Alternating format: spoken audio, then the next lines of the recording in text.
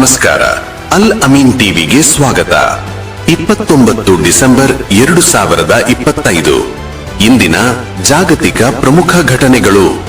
7.0 ತೀವ್ರತೆಯ ಭೂಕಂಪ ತೈವಾನ್ನಲ್ಲಿ ಸಂಭವಿಸಿದೆ. ದೊಡ್ಡ ಹಾನಿ ವರದಿಯಾಗಿಲ್ಲ.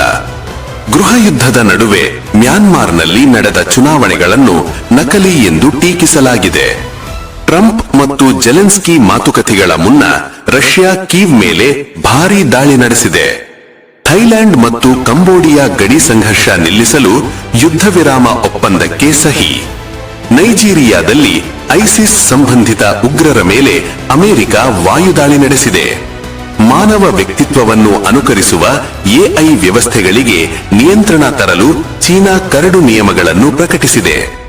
ಗ್ವಾಟೆಮಾಲಾದಲ್ಲಿ ಬಸ್ ಅಪಘಾತ, ಕನಿಷ್ಠ 15 ಮಂದಿ ಮೃತರು, 19 ಮಂದಿ ಗಾಯಗೊಂಡಿದ್ದಾರೆ. ಇಸ್ರೇಲ್ ಹೊಸ ವೆಸ್ಟ್ ಬ್ಯಾಂಕ್ ವಸತಿಗಳಿಗೆ ಅನುಮತಿ ನೀಡಿದ್ದು 12 ಯುರೋಪಿಯನ್ ದೇಶಗಳು, ಕೆನಡಾ ಮತ್ತು ಜಪಾನ್ ವಿರೋಧ ವ್ಯಕ್ತಪಡಿಸಿವೆ. ಹೊಸ ವರ್ಷದ ಭದ್ರತಾ ಕ್ರಮಗಳ ಭಾಗವಾಗಿ ಟರ್ಕಿ 115 ಐಸಿಸ್ ಶಂಕಿತರನ್ನು ಬಂಧಿಸಿದೆ. ಕಳೆದ 5 ವರ್ಷಗಳಲ್ಲಿ ಸೌದಿ ಅರೇಬಿಯಾ ಭಾರತೀಯರನ್ನು ಅಮೆರಿಕಕ್ಕಿಂತ ಹೆಚ್ಚು ದೇಶದಿಂದ ಹೊರಹಾಕಿದೆ. ಇವು ಇಂದಿನ ಪ್ರಮುಖ ಜಾಗತಿಕ ಸುದ್ದಿಗಳು. ಅಲ್ ಅಮೀನ್ ಟಿವಿಯನ್ನು ವೀಕ್ಷಿಸಿದ್ದಕ್ಕಾಗಿ ಧನ್ಯವಾದಗಳು.